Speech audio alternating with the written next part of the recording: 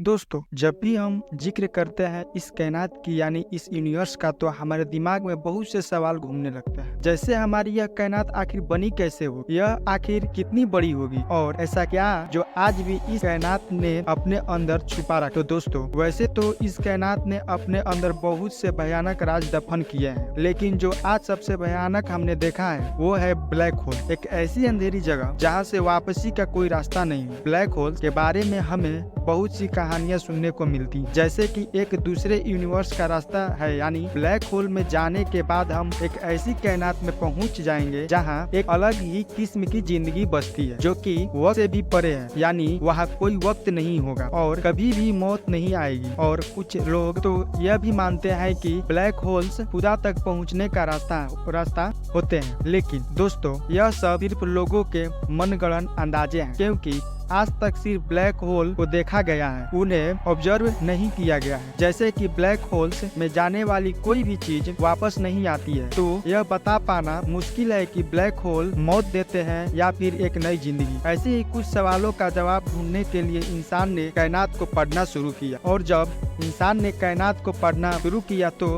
इंसान की अकल भी दंग रह गई। आज की इस वीडियो में हम कायनात सबसे खतरनाक चीज ब्लैक होल्स के बारे में डिटेल से जानेंगे। अगर बात की जाए ब्लैक होल की, तो ब्लैक होल एक ऐसी जगह है जहां कायनात का सबसे ज्यादा अंधेरा होता है। उस अंधेरे से कोई भी चीज बचकर नहीं निकल पाती, यहाँ तक कि रोशनी भी नहीं। रोशनी ब्लैक होल के अंदर जाती जरूर है, लेकिन वहाँ से वापस नहीं आती, क्योंकि ब्लैक होल रोशनी को भी निगल जाते हैं और उनके इन्हीं अंधेरे रूप की वजह से उन्हें ब्लैक होल्स कहा जाता है। तो अगर साइंसी नजरिए से उनको समझा जाए तो ब्लैक होल एक ऐसी जगह है जहां फोर्स ऑफ ग्रेविटी बहुत ज़्यादा स्ट्रॉन्ग होती है, और अगर सीधा सीधा कहा जाए तो इस यूनिवर्स की सबसे ज़्यादा ग्रेविटी एक ब्लैक होल के अंदर पाई जाती है। इसकी ग्रेविटी हर उस चीज़ को अपने अंदर खींच लेती है जो भी उसके लपेट में आता है, और जब भी कोई चीज़ एक बार ब्लैक होल के अंदर चली जाए तो वह कभी वापस नहीं आती। इसीलिए ब्लैक होल बोला जाता है the point of no return, यानी एक ऐसा रास्ता जहां की कोई वापसी नहीं, या फिर एक ऐसी अंधेरी रात जिसकी कोई सुबह नहीं।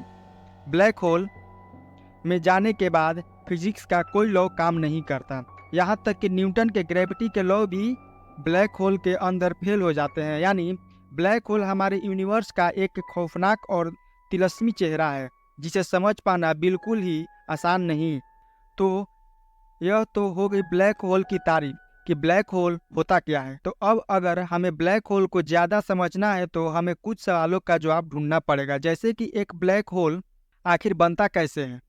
क्या होगा कि अगर हमारी अर्थ एक ब्लैक होल में गिर जाए, अगर हमारा सूरज ही एक ब्लैक होल बन जाए तो हमारे सोलर सिस्टम का क्या होगा।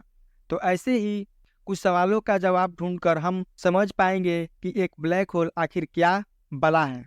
तो बस आप टाइम जाया किए बगैर अपने सवालों का काउंटडाउन शुरू करते हैं। क्वेश्चन नंबर 1, एक ब्लैक होल आखिर बनता कैसे है। इस सवाल का जवाब ढूंढने के लिए हमें 100 साल पीछे जाना पड़ेगा, यानी 20वीं सदी में, क्योंकि 20वीं सदी के लोगों को लगता था कि ब्लैक होल जैसी कोई चीज़ नहीं होती। उनके लिए यह सब सिर्फ किस्से कहानियाँ जैसा था। 1916 में एक साइंटिस्ट थे जिनका नाम था कार्ल श्वार्ज़शाइल्ड। इन्होंने आइंस्टाइन की जनरल थ्योरी ऑफ रिलेटिविटी का इस्तेमाल किया। अगर हम किसी भी चीज़ के साइज को बहुत ज़्यादा कम